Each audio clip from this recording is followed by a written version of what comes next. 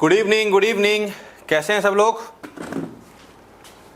पढ़ाई हो रही है, चीज़ें समझ में आ रही हैं? ओके। तो लास्ट हम लोग क्या पढ़ रहे थे? ड्रग एब्जॉर्प्शन, है ना। उसका बेसिक मैकेनिज्म हम लोगों ने पढ़ लिया था, समझ लिया था। दवा किस तरीके से हमारी बॉडी में जाती है, ठीक है, कौन कौन से प्रोसेस वो फॉलो करती है, वो सारी चीज़ें हम लोगों ने पढ़ी थी, समझी थी, जानी थी। अब हम लोग देखने वाले हैं कि कौन कौन से फैक्टर्स ऐसे हैं जो इस प्रोसेस को अफेक्ट करते हैं। मतलब जो दवा हमारी बॉडी में एब्जॉर्ब हो रही है, उस प्रोसेस को अफेक्ट करने वाले फैक्टर्स कौन कौन से कारक हैं, या यूं कह लें, ठीक है। ये अलग से 5 to 3 मार्क्स क्वेश्चन एक आ जाता है, ठीक है। तो इस टॉपिक को अलग भी रखा हम लोगों ने।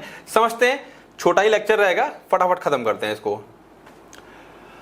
Okay, factors affecting drug absorption आओ देखते हैं। तो सबसे पहला है फिजियोकेमिकल प्रॉपर्टी।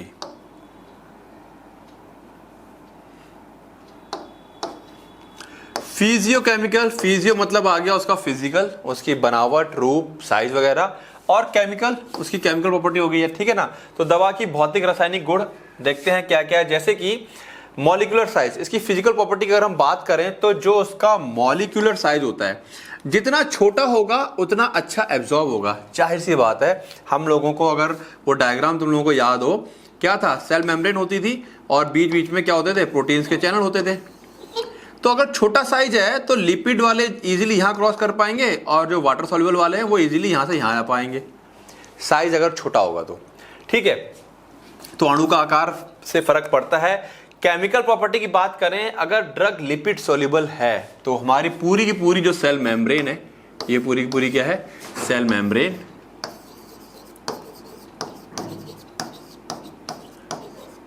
ठीक है। ये पूरा का पूरा क्या है, सेल मेम्ब्रेन। और सेल मेम्ब्रेन किसकी बनी हुई होती है? लिपिड की बनी हुई होती है। किसकी बनी हुई होती है? लिपिड की, ठीक है ना। तो अगर लिपिड सॉल्युबिलिटी अच्छी है तो जो हमारा केमिकल है वो इजीली यहां से यहां जाएगा और यहां से यहां आ जाएगा, ठीक है। तो लाइपोफिलिक ड्रग्स पास मेम्ब्रेन इजीली। जो लाइपोफिलिक ड्रग्स होते हैं बहुत आसानी से मेम्ब्रेन को पास करते हैं। तो लाइपोफिलिक को वसा प्रेमी कहा जाता है। दवाएं जो होती हैं झिल्लियों को आसानी से पार कर सकती हैं, ठीक है। सिंपल सिंपल चीजें। Ionization very important. देखो, non ionized drug more lipid soluble और एब्जॉर्ब्ड फास्टर। बात को समझते हैं। यहां पर ये आयनाइजेशन वाला जो कॉन्सेप्ट है ये आता है। अब देखो, हमेशा जब भी एसिड और बेस रिएक्ट करेंगे तो यहाँ पे क्या बन जाता है, सॉल्ट बन जाता है। पढ़ा होगा आप लोगों ने, ठीक है। छोटा सा उदाहरण ले अगर हम लोग, जैसे कि HCl प्लस NaOH, तो यहाँ पर क्या बन जाता है, NaCl सॉल्ट बन जाता है। और ये NaCl भी किसकी फॉर्म में रहता है, Na plus plus Cl minus, यानी कि एसिड की मौजूदगी में बेस जो है वो आयनाइज कर जाएगा, या बेस की मौजूदगी में एसिड जो है वो आयनाइज हो जाता है। सिंपल सी कहानी है। क्या हो गया, आयनाइज हो गया। अब समस्या क्या है, जो आयनाइज्ड ड्रग होते हैं, टूट गए हैं, वो इजीली एब्जॉर्ब नहीं हो पाते हैं। तो यहां से एक चीज निकल के आती है, तो साफ साफ लिखा हुआ है non ionized drug more lipid soluble और एब्जॉर्ब फास्टर। तो यहां से एक कॉन्सेप्ट और आएगा जिसको हम आगे पढ़ेंगे। पेट, हमारा जो स्टमक है, स्टमक हमारा कैसा होता है, एसिड, इसके अंदर HCl होता है। HCl है तो कैसा हो गया, एसिडिक हो गया। अब अगर कोई मेडिसिन जो है हमारी, जिसको हम खा रहे हैं, अगर वो मेडिसिन, उसका नेचर जो है अगर वो एसिडिक है, तो देखो जरा, एसिडिक मेडिसिन है कोई, तो क्या वो स्टमक में जाके ब्रेक होगी, एसिड से रिएक्ट नहीं करेगा? सिंपल सी कहानी। तो ब्रेक नहीं होगी, ये नॉन आयनाइज रहेगी। अगर ये नॉन आयनाइज रहेगी तो स्टमक में अच्छे से एब्जॉर्ब होती है। यही कहानी है, यही वजह होती है कि जो एसिडिक मेडिसिन होती हैं, जिनका नेचर एसिडिक है, वो हमारे स्टमक में एब्जॉर्ब होती हैं। अब देखो, जो बेसिक होगी, वो क्या हो जाएगी, आयनाइज कर जाएगी, आयनाइज कर जाएगी। और फिर जैसे ही आगे इंटेस्टाइन में पास करेगी, वापस से क्या है, इसके आयंस जुड़ जाते हैं। यानी कि हमारा इंटेस्टाइन का नेचर कैसा होता है, बेसिक। तो इसीलिए यहां पर जो बेसिक मेडिसिन होती हैं वो नॉन आयनाइज रहती हैं, और जिन जिन दवाओं का नेचर बेसिक है वो हमारे कहाँ पर, इंटेस्टाइन में अच्छे से एब्जॉर्ब होती हैं। तो ये एक बड़ा अच्छा एमसीक्यू है आप लोगों का कि कौन से नेचर की मेडिसिन कहाँ पर एब्जॉर्ब होती है। तो जिसका नेचर एसिडिक है वो एसिडिक एनवायरनमेंट में नॉन आयनाइज रहेगी, नॉन आयनाइज रहेगी मतलब स्टमक में अच्छे से एब्जॉर्ब हो जाएगी। और जिस मेडिसिन का नेचर बेसिक है वो, उसका नेचर क्या है, बेसिक है, तो वो बेसिक मीडिया में ब्रेक नहीं करेगी, तो यानी कि वो इंटेस्टाइन में अच्छे से एब्जॉर्ब हो जाएगी। ठीक है, क्वेश्चन आता है ये चीज अभी आगे पढ़ेंगे। तो आयनाइजेशन फर्क डालेगा। फॉर्मुलेशन हम सबको पता है, जो लिक्विड फॉर्म होती है वो सॉलिड फॉर्म से ज्यादा बेटर एब्जॉर्ब होती है। क्यों? क्योंकि वो ऑलरेडी लिक्विड फॉर्म में। ठीक है, तो ये फिजिकल प्रॉपर्टी, ये फिजिकल प्रॉपर्टी, दोनों इसकी केमिकल प्रॉपर्टी आ गया। अब रूट ऑफ एडमिनिस्ट्रेशन ये हम सबको पता है। अगर हम ओरल मुंह से खाते हैं तो पेट के अंदर मौजूद फूड, पीएच या गट की मोटिलिटी, कितना मोशन है, ये सब चीजें क्या करती हैं, उसको अफेक्ट करती हैं दवाई को। ठीक है, अगर हम इंट्रावीनस डायरेक्ट नस में इंजेक्शन ले लेते हैं तो 100% बायो अवेलेबिलिटी होती है। बायो अवेलेबिलिटी टर्म क्लियर है? ये टर्म अब आता रहेगा। देखो जो बेसिक टर्म हमने यहाँ सीख लिए हैं, अब हम उसको आगे पढ़ते रहेंगे लगातार, उसको बार बार एक्सप्लेन नहीं करेंगे। तो ठीक है, 100% बायो अवेलेबल हो जाएंगे तो ज़्यादा आसान रहेगा, इनकी अवेलेबिलिटी ज़्यादा होती है और ज़्यादा अच्छे से काम करेंगे। ठीक है, फिर है इनहेलेशनल। अब इनहेलेशनल में क्या होता है, rapid absorption due to large surface area and rich blood supply in lungs. जो इनहेल करते हैं लंग्स में, लंग्स का सरफेस एरिया काफ़ी लार्ज होता है और ब्लड की सप्लाई बहुत अच्छी होती है, तो वहाँ पे भी क्या है, इसके कंपैरिजन में ये ज़्यादा अच्छा काम करेंगी। देन ये आ गया ट्रांसडर्मल। ट्रांसडर्मल में क्या होता है, स्किन के ऊपर पैच वगैरह लगा दिया, स्किन पे दवा लगा दी, वो धीरे धीरे जाएगी स्किन के अंदर और सस्टेन्ड ऑब्जर्प्शन होगा, धीमा धीमा उसका लगातार निरंतर, धीमा और निरंतर अवशोषण होता रहेगा। ठीक है, तो किस रूट से दे रहे हैं दवा, ये बहुत बड़ा फैक्टर होता है। और जैसी कंडीशन होती है, अगर कंडीशन क्रिटिकल है तो ऑब्वियस ही बात है, पूछा जाता है कि अगर पेशेंट की कंडीशन क्रिटिकल है तो हम ये रूट फॉलो करेंगे, और ओके है तो हम ये वाला रूट फॉलो कर लेंगे। ठीक है, डोजेस फॉर्म, ये कहीं ना कहीं थोड़ा सा यहाँ पर हमने इसका एक हिस्सा पढ़ा, फिजिकल प्रॉपर्टी के अंदर फॉर्मुलेशन पड़ गया। तो डोजेस की फॉर्म समझते हैं। डोजेस की फॉर्म में बहुत सारे आते हैं, जैसे कि सॉल्यूशन। डोजेस फॉर्म की बात करें तो सबसे तेज अगर आपका इंजेक्शन भी है, ठीक है, तो वो सॉल्यूशन फॉर्म में। अगर इंजेक्शन आपका इमल्सन या सस्पेंशन है तो ध्यान रखना ये क्वेश्चन ट्रिकी हो जाएगा। वो बोलेगा कि आईवी रूट में, ठीक है, हमारे पास 3 इंजेक्शन है या 4 इंजेक्शन है, वो बोलेगा एक इंजेक्शन सॉल्यूशन है। ठीक, और उम्मीद है आपको सॉल्यूशन सस्पेंशन जो फार्मास्यूटिक्स में पढ़ा है अच्छे से कॉन्सेप्ट क्लियर होगा। सॉल्यूशन है, एक हमारे पास इमल्सन है बोलेगा वो, ठीक है ना, एक बोलेगा हमारे पास इंजेक्शन सस्पेंशन के फॉर्म में है। ठीक है, तो इस तरीके से वो यहाँ पे एक क्वेश्चन ट्रिकी बना देगा। तो जो सॉल्यूशन फॉर्म में है, ट्रू सॉल्यूशंस होते हैं, ये सबसे फास्ट काम करेंगे। उसके बाद emulsion, then suspension. No doubt थोड़ा बहुत अंतर रहेगा, बट जो डोजेस की फॉर्म होगी सॉल्यूशन, इमल्सन, सस्पेंशन, फिर कैप्सूल और फिर टैबलेट। टैबलेट की फॉर्म अगर आप लोगों को याद हो, ये वो वाली टैबलेट है कौन सी, इमीडिएट रिलीज जिसे हम कहते हैं, इमीडिएट रिलीज, तुरंत जाती है पेट में घुल जाएंगी, उसको हम टैबलेट कहते हैं। कैप्सूल क्यों बेटर है, क्योंकि कैप्सूल के अंदर पाउडर भरा होता है, कैप्सूल का शेल गलते ही पाउडर की फॉर्म में हमें ड्रग मिल जाती है और जल्दी एब्जॉर्ब हो जाती है। टैबलेट को पहले बॉडी में जाके ब्रेक होना होता है। ठीक है, क्लियर है बातें? ओके, ठीक है। टैबलेट में फिर कोटेड टैबलेट, फिर enteric coated tablet, then sustain release tablet. Sustain release हम सबको पता, हम बनाते ही इसलिए हैं कि वो 24 घंटे तक काम करें या 48 घंटे तक काम करे, जिस टाइप से उसे बनाया हुआ है। जब 24 घंटे के लिए बनाया है उसे, तो वो आराम धीरे धीरे से अपना क्या है, डिजॉल्व होगी और अपना काम करेगी। ठीक है, तो ये सीक्वेंस आप याद रखेंगे। एक आपका जो है यहां फंस सकता है, दूसरा आपका जो है टैबलेट में कोटेड, एंट्रिक और सस्टेन, ये सीरीज याद कर लेंगे आप, और सॉल्यूशन में ये सीरीज याद रखेंगे। यहां से आपका एमसीक्यू आने की संभावना बहुत ज्यादा है। ठीक है, फिर कह रहा है blood flow to the absorption site. अब जाहिर सी बात है, जहां पर एब्जॉर्प्शन होना है वहाँ पे ब्लड कितना है, जैसे लंग्स के आसपास बहुत एल्वेलाई होती हैं, उसके आसपास बहुत सारी ब्लड कैपिलरीज मौजूद हैं, तो जितनी ज़्यादा ब्लड कैपिलरीज उतना ज़्यादा अच्छा एब्जॉर्प्शन।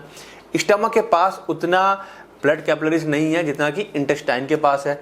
इंटेस्टाइन में विलाई होती है, देखी थी हमने, तो इंटेस्टाइन में एब्जॉर्प्शन बहुत ज़्यादा और बहुत अच्छा। तो ब्लड की फ्लो जो है वो कैसा है एब्जॉर्प्शन साइड पे, जहां से हमारी दवा एब्जॉर्ब हो रही है वहां पर कैसा है। तो जाहिर सी बात है ये जो है कॉन्सेप्ट आईवी के ऊपर नहीं लगेगा, क्योंकि आईवी तो डायरेक्ट ब्लड में डाल दिया ना, ठीक है। तो higher blood flow more drug absorption, जितना ज्यादा ब्लड फ्लो होगा उस साइड से जहां से दवा को एब्जॉर्ब होना है वो उतना अच्छा एब्जॉर्ब हो जाएगी। जैसे एग्जांपल के लिए अगर आप एक इंजेक्शन लगाते हैं मसल्स में, इंट्रामस्कुलर इंजेक्शन, ठीक है, has more blood flow than subcutaneous.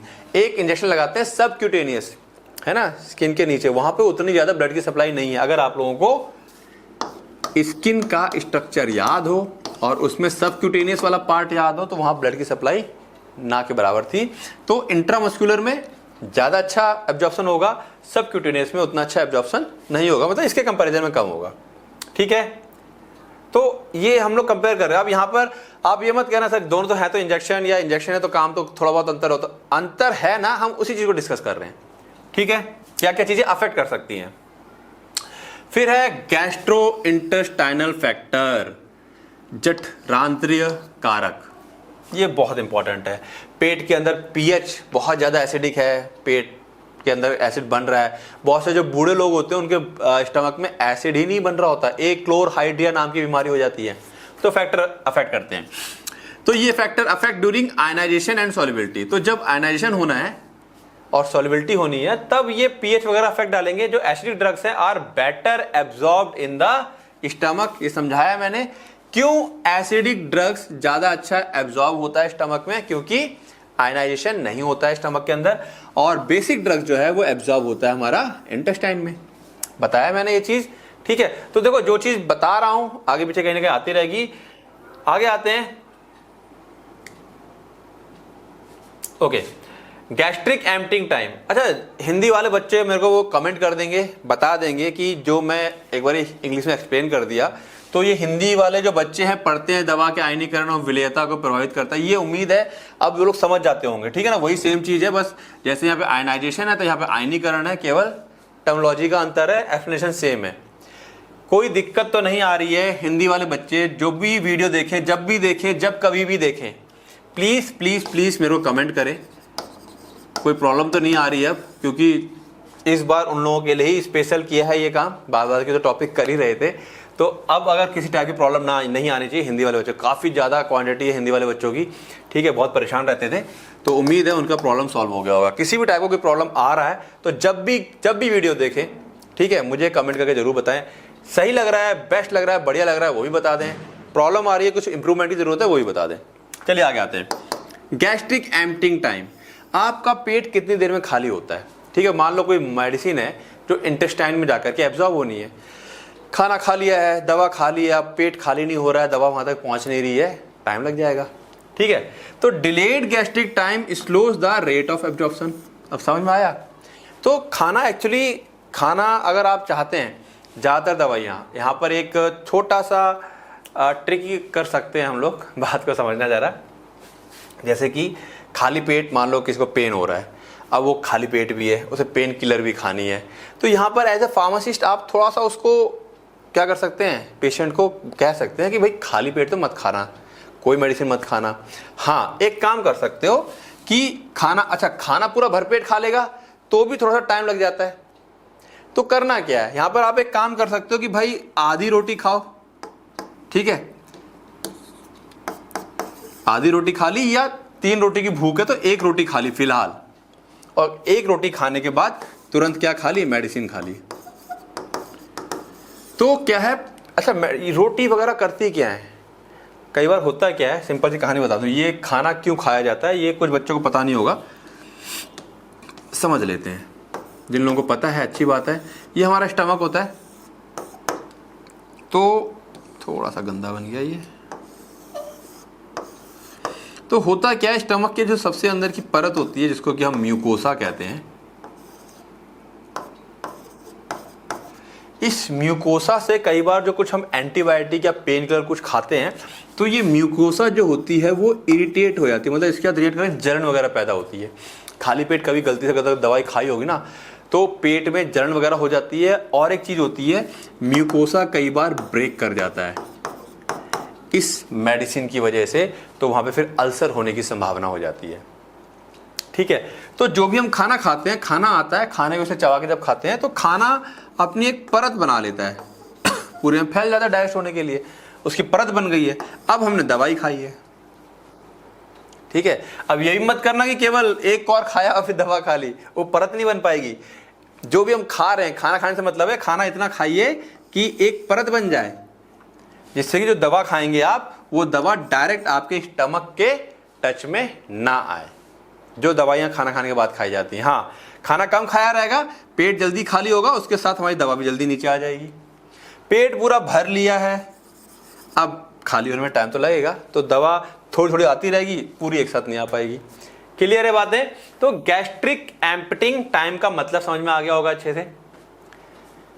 Okay, intestinal motility, intestine हमारा कितना मूव कर रहा है। अगर इंटेस्टाइन बहुत ज़्यादा मूव कर रहा है, जैसे कि डायरिया के केस में हो जाता है, दवा खाओगे तुरंत मोशन होंगे, दवा बाहर हो जाएगी। मतलब अब समझो, इंटेस्टाइन का अगर मैं एक हिस्सा ले लूँ, जैसे सपोज ये इंटेस्टाइन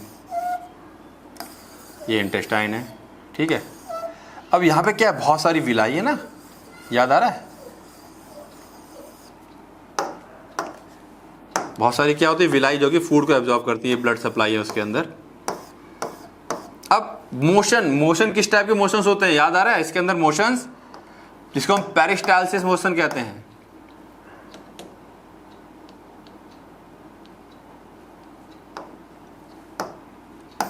यहाँ पे इस टाइप से वेव वाले मोशन होते हैं जो पार्टिकल को आगे ढकेलते हैं, ठीक है, पेरिस्टाल्सिस। अगर ये बहुत ज़्यादा होता है, कई बार प्रॉब्लम होती है, बीमारी होती है, डायरिया वगैरह हो रखा है, तो जो भी मेडिसिन है जो यहाँ पर आराम से आधा 1 घंटा 2 घंटा 3 घंटा बिताती और अच्छे से एब्जॉर्ब होती, कांटेक्ट टाइम ज़्यादा होता उसका, वो उसको नहीं मिल पाया। मोशन बहुत ज़्यादा है, दवा को तुरंत इसने पुश कर दिया आगे, पुश कर दिया आगे, पुश कर दिया आगे, तो दवा बहुत ज़्यादा एब्जॉर्ब नहीं हो पाई, ज़्यादा से ज़्यादा दवा फीसेस मतलब पॉटी के साथ बाहर निकल जाएगी। तो ये है इंटेस्टाइनल मोटिलिटी, ठीक है। तो अगर ये फास्टर है, तीव्र गतिशीलता है, तो हमारा जो अवशोषण है वो कम हो जाएगा। उम्मीद है ये बात भी क्लियर होगी।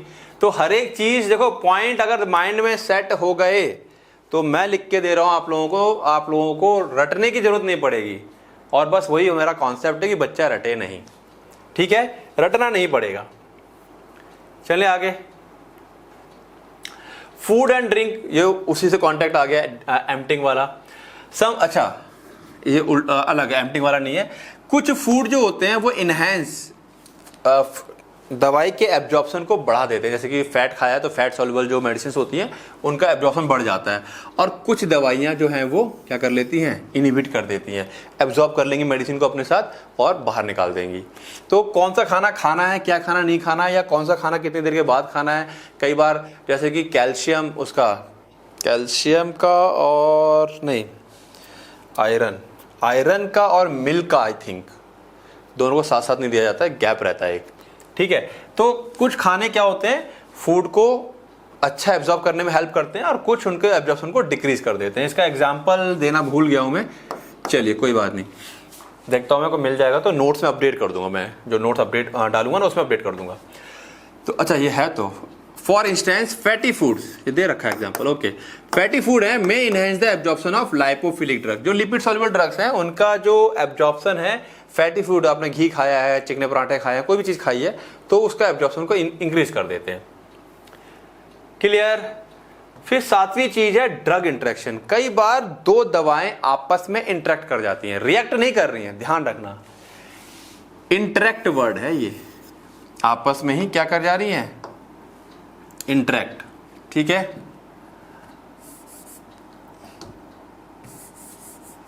क्या कर जा रही हैं, ये इंटरेक्ट कर जा रही है। ओके, क्या कर रही है, इंटरेक्ट कर रही है। ओके, तो पारस्परिक क्रिया है, यहाँ रिएक्शन नहीं हो रही है। तो इंटरेक्ट करने से होता क्या है, other drug can alter the pH. कई बार एक दवा हमने खाई, उसने पेट का पीएच बदल दिया। ठीक है, मान लो हमको कोई मेडिसिन खानी थी, गलती से हमने पहले वो पी लिया, डाइजिन वगैरह सिरप जो होते हैं ना करके एंटासिड, वो पी लिया। उसने क्या किया, पेट का जो एसिडिटी को बेसिक में बदल दिया, ज़्यादा पी ली, तो पीएच चेंज हो गया। ठीक है, कई बार मोटिलिटी चेंज हो जाती है, कोई दवा खाते हैं तो मोशंस में या बहुत धीमे हो जाएंगे या बहुत तेज हो जाते हैं, या फॉर्म कॉम्प्लेक्सेस, वो दूसरी दवा के साथ कॉम्प्लेक्स बना लेते हैं। कॉम्प्लेक्स का मतलब हो गया उसके साथ मिलके एक कॉम्प्लेक्स बना लेंगे। अब वो कॉम्प्लेक्स इतना बड़ा है कि एब्जॉर्ब नहीं होगा, तो वो दवा फाइनली क्या होगी, पॉटी के साथ, फीसिस के साथ बाहर निकल जाएगी। ठीक है, तो ये क्या करती है, इस तरह से अफेक्ट करती है। ये पेट का पीएच बदल सकती है, मोटिलिटी बदल सकती है, कॉम्प्लेक्स बना लेंगे। तो एक दवा दूसरी दवा के साथ इंटरेक्ट करके उसकी एब्जॉर्प्शन को अफेक्ट कर सकती है। यहाँ रिएक्शन की बात नहीं हो रही है। बात समझ में आ रही है? ठीक है, क्लियर है बातें? ओके, जरा पानी पी लूं।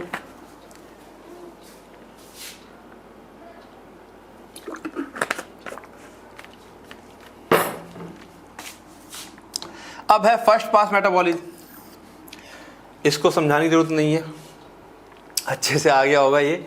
ठीक है, डिटेल में समझाया था कि किस तरह से जो ओरल ड्रग्स लेते हैं और जो आईवी ड्रग्स लेते हैं, किस तरह से दवाइयों का फर्स्ट पास जो इफेक्ट है या फर्स्ट पास मेटाबॉलिज्म वो अफेक्ट करता है। वही यहाँ पे थोड़ा सा 2 लाइनों में आप क्या करोगे थे, एक्सप्लेन कर दोगे। ठीक है, तो फर्स्ट पास मेटाबॉलिज्म में यहाँ कुछ नहीं लिखा मैंने, डिटेल में समझा चुका हूँ मैं। देन हमारे पास अगला टॉपिक आता है surface area of the absorptive site. अब यहाँ पे जैसे कि इंटेस्टाइन की बात करूँ मैं और पेट की बात करूँ, इंटेस्टाइन के अंदर विलाई होते हैं तो सरफेस एरिया बहुत ज़्यादा होता है। लंग्स की बात करें तो लंग्स में एल्वलाई होते हैं तो सरफेस एरिया बहुत ज़्यादा है वहाँ पर। जितना ज़्यादा सरफेस एरिया होगा दवा उतनी अच्छी क्या होगी, एब्जॉर्ब होगी। इसको सिंपल समझो कि आपने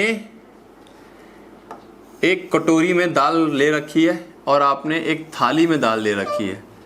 अब यही एक कटोरी दाल पूरी थाली में फैलेगी, यानी कि ज़्यादा टच में आएगी। तो अब यही समझो जितना ज़्यादा टच में आएगी उतना अच्छा एब्जॉर्प्शन होगा। अब इसके केस में क्या होगा, जहाँ पे एरिया कम है, नीचे की दवा तो एब्जॉर्ब होगी, तब तक मोशन हुआ, धक्का लगा और ये दवा आगे मूव कर गई। यहाँ पर तो बहुत ज़्यादा ही क्या है सरफेस एरिया, तो अच्छे से एब्जॉर्ब हो पाएगी। ठीक है, the larger the surface area more absorption. Example, small intestine has a large surface area compare to stomach. तो कोई दवा पूछा जाएगा, यहाँ से एमसीक्यू क्या बनेगा आपका कि कोई दवा है हमारे पास और उसका बताओ एब्जॉर्प्शन स्टमक में अच्छा होगा या इंटेस्टाइन में अच्छा होगा। तो फिर यहाँ पे बात आएगी करके कि यहाँ पे सवाल उठ सकता है सर वो एसिडिक है या बेसिक है।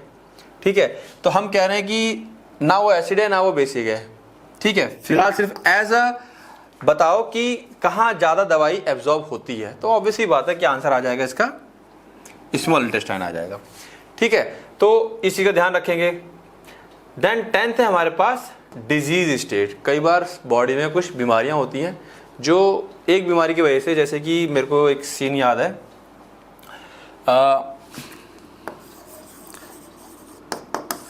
Heart patient. ठीक है, और साथ साथ में एक पेशेंट की बात बता रहा हूँ मैं यहाँ पर, रियल क्या है ये। एक पेशेंट था, वो हार्ट के पेशेंट थे, उनको यूरिक एसिड था। ठीक है, यूरिक एसिड था और हार्ट और यूरिक एसिड और बीपी। हार्ट के पेशेंट में बीपी तो रहेगा, लेकिन हार्ट में उनको मेनली बीपी का इशू था और यूरिक एसिड का इशू था। अब हुआ क्या, इत्तेफाक से इन पेशेंट को टीबी हो गया। रियल केस है ये, ठीक है, मेरे सामने का केस है। इन पेशेंट को टीबी हुआ, तो ये जो टीबी हुआ ना, टीबी की दवाएं बहुत, एंटीबायोटिक बहुत हैवी होती है। तो मतलब टीबी की दवा स्टार्ट हुई है 10-15 दिन, 1 महीने तो ठीक। 1 महीने के बाद अच्छा टीबी करता क्या है, जो बाकी की मेडिसिन होती है ना उनका मेटाबॉलिज्म फास्ट करवा देती है, यानी कि ये दवाइयां ने असर करना कम कर दिया। यूरिक एसिड पहुंच गया 14 के पास, बीपी हमेशा बढ़ा हुआ रहता था। ठीक है, दवाइयां असर काफ़ी कम कर रही थी। अच्छा, ये बात डॉक्टर्स को तो पता होता करके। तो जब हम हार्ट वाले पेशेंट को दिखाते थे, ठीक है, तो हार्ट वाला पेशेंट को जानता था कि यहाँ टीबी हो रखी है, तो वो ये कह देते थे कि अभी टीबी का है, थोड़ा सा रहेगा आपको। ठीक है, कोई दिक्कत वाली बात नहीं है, और पैरामीटर्स को लगातार मेजर करने के लिए बोलते रहता था। तो एज अ फार्मासिस्ट मेरे को क्यूरियोसिटी हुई तब मैंने देखा करके कि ये क्या रीज़न था इनका कि एक मेडिसिन ने क्या कर दिया, दूसरी दवाई का मेटाबॉलिज्म वो कर दिया। खैर ये कहीं ना कहीं आ जाता है ड्रग इंटरेक्शन में। किसमें आ गया, ड्रग इंटरेक्शन में। एक्चुअली एग्जांपल देना चाहिए था, बट ओके। यहाँ बात हो रही है डिजीज स्टेट। कई बार कुछ बीमारियां ऐसी होती है जैसे मान लो लिवर की दिक्कत है तो हमारी दवाई मेटाबोलाइज ही नहीं हो पाएगी, ठीक है। Condition like Crohn's disease, liver disease, gastric bypass surgery can affect the absorption. तो कुछ बीमारियां हैं जो एब्जॉर्प्शन को अलग अलग तरीके से अलग अलग लेवल पे अफेक्ट करती हैं। तो अगर किसी को कोई बीमारी है तो भी ड्रग का जो एब्जॉर्प्शन है वो अफेक्ट हो जाएगा, ठीक है। देन हमारे पास आता है फिजियोलॉजिकल फैक्टर, शारीरिक कारण। किसी का शरीर कैसा है ये तो आप लोगों को पता होगा। बहुत सारी मेडिसिन ऐसी हैं, अमेरिकन के लिए बैन है, कुछ मेडिसिन चाइनीज के लिए बैन है, उनके जेनेटिक्स अलग अलग होते हैं। ये एक चैप्टर आएगा, किसी एक चैप्टर में है पूरा, उसमें डिटेल करेंगे हम लोग। खैर फिलहाल ये समझते हैं जितना हम नॉर्मल समझना चाहते हैं। एज की बात करें, जो नियोनेट्स, जो नए न्यू बॉर्न बेबी होते हैं, उनका एब्जॉर्प्शन रेट अलग होता है क्योंकि उनके जो ऑर्गन्स होते हैं वो इमैच्योर हैं, पूरी तरीके से डेवलप्ड नहीं हुए हैं, तो उनका एब्जॉर्प्शन कहीं ना कहीं अफेक्ट होता है, कम होता है। और वहीं अगर हम ओल्डर की बात करें, बूढ़े लोगों की बात करें, तो उनका एब्जॉर्प्शन धीमा हो जाता है क्योंकि उनकी गैस्ट्रिक मोटिलिटी काफ़ी कम हो चुकी है, ठीक है। तो फर्क पड़ता है, बहुत बूढ़े हैं या एज तुरंत ही बच्चा पैदा हुआ है, तो हर किसी में एज का क्या होता है, फर्क पड़ता है और ड्रग के एब्जॉर्प्शन पे असर पड़ता है। जेंडर, यस, फीमेल्स के अंदर हार्मोनल प्रॉब्लम ज़्यादा होती है। हार्मोन्स उनका हर महीने ही क्या होता है, अप एंड डाउन होता है। तो hormonal difference can affect gastric emptying. Hormones जो अप एंड डाउन होते हैं उसकी वजह से फीमेल्स का जो गैस्ट्रिक एम्पटिंग है वो डिफरेंट हो सकता है। एंड इंटेस्टाइनल ट्रांजिट टाइम, यानी कि इंटेस्टाइन में कितनी देर के लिए फूड रहता है या दवा रहती है, वो चीज़ बदल जाती है हार्मोन्स की वजह से, ठीक है। जब ये दोनों चीज़ें अफेक्ट होंगी तो हमारा ड्रग का एब्जॉर्प्शन भी क्या हो जाएगा, अफेक्ट हो जाएगा। क्लियर। प्रेगनेंसी, अब प्रेगनेंसी में ऑब्वियसली बात है क्या होता है, एक तो हार्मोन्स, ठीक है, दूसरा चेंजेस इन जीआई मोटिलिटी, जो गैस्ट्रो इंटेस्टाइनल मोटिलिटी है वो भी बदल जाती है। ब्लड फ्लो ड्यूरिंग प्रेगनेंसी वो भी क्या होता है, बदल जाता है, ठीक है, फीटस के बाद ज़्यादा जाता करके घूमता है। तो कहीं ना कहीं ये सब चीज़ें मिलकर क्या करती हैं, इन्फ्लुएंस करती हैं एब्जॉर्प्शन की। यानी कि सिंपल सी कहानी कहा जाए तो बच्चे, बूढ़े, मेल फीमेल, प्रेगनेंसी, एक नॉर्मल फीमेल में और एक प्रेग्नेंट फीमेल, दोनों में ड्रग के एब्जॉर्प्शन में क्या आ जाएगा, अंतर आ जाएगा। तो ये सब चीज़ें जो हैं ड्रग एब्जॉर्प्शन पे क्या करती हैं, अफेक्ट डालती हैं। और यही वजह है कि कहा जाता है क्या कि दवाइयों को कभी भी सेल्फ मेडिकेशन ना करें। अच्छा ये रिपीट हो गया इधर पे, ओके, वही मैं कहूँ ये चक्कर क्या है, ठीक है, ये रिपीट हो गया इधर पे, ठीक है, 2 बार हो गया एक्चुअली, 2 बार पीडीएफ ले ली मैंने। तो ये टोटल 11 पॉइंट है हमारे पास। मैंने कहा था लेक्चर छोटा ही होगा बट समझने वाला था, ठीक है। तो करना क्या है, ये 11 फैक्टर्स हैं। सबसे पहले तो आपको हेडिंग सारी याद होनी चाहिए। अगर आप देखो, फिर कह रहा हूं मैं, हेडिंग्स के अंदर आप सब हेडिंग नहीं देना चाहते हो तो इसी हेडिंग के अंदर आप 1 या 2 लाइन में एक्सप्लेन कर सकते हो। तो 11 हेडिंग है, जैसे मैंने बताया। अगर 3 मार्क्स का है तो आपको 6 पॉइंट देने होंगे, और यही अगर आपका 5 नंबर में आ रहा क्वेश्चन तो आपको कम से कम 10 पॉइंट देने होंगे, ठीक है, या 1 पॉइंट आधे नंबर का मान के चलो। हाँ, अनलेस अनटिल, जब तक कि एग्जामिनर में एग्जाम में खुद लिख के ये ना आ जाए गिव 3 पॉइंट ओनली, तो इसका मतलब वो 1 पॉइंट का 1 नंबर दे रहा है, ठीक है। अदरवाइज अगर पॉइंट्स में कुछ लिखा नहीं इस तरीके से तो आप मान के चलेंगे कि 1 पॉइंट हमारा आधे नंबर का है। 11 पॉइंट, इसको आप अच्छे से पढ़ेंगे। ड्रग एब्जॉर्प्शन यहाँ पे हमारा फिनिश हो गया, ठीक है। सीक्वेंस याद कर लेंगे, हमने मेडिसिन खाई, खाने के बाद हमारी ड्रग क्या हुई, एब्जॉर्ब हो गई है, एब्जॉर्ब होने के बाद क्या होगी, बायोअवेलेबिलिटी होगी। वो पूरा सीक्वेंस जो बताया था मैंने, ध्यान रखेंगे, कल उसको फिर आगे हम बढ़ाएंगे सिलेबस के हिसाब से, ठीक है। इसको पढ़ो, रिवाइज करो, क्योंकि इसका आप लोगों का एमसीक्यू, अभी एमसीक्यू में फिर सोच रहा हूँ लास्ट में लेके आएंगे, रिवीजन डबल हो जाएगा वो। ये पहला चैप्टर इंपॉर्टेंट है, 10 से लेके 15 नंबर तक के क्वेश्चन आते हैं और यहाँ से अच्छे खासे एमसीक्यू क्वेश्चन भी आ जाते हैं, ठीक है। तो पढ़ते रहो, रिवाइज करते रहो, मिलते हैं कल, ओके, गुड नाइट।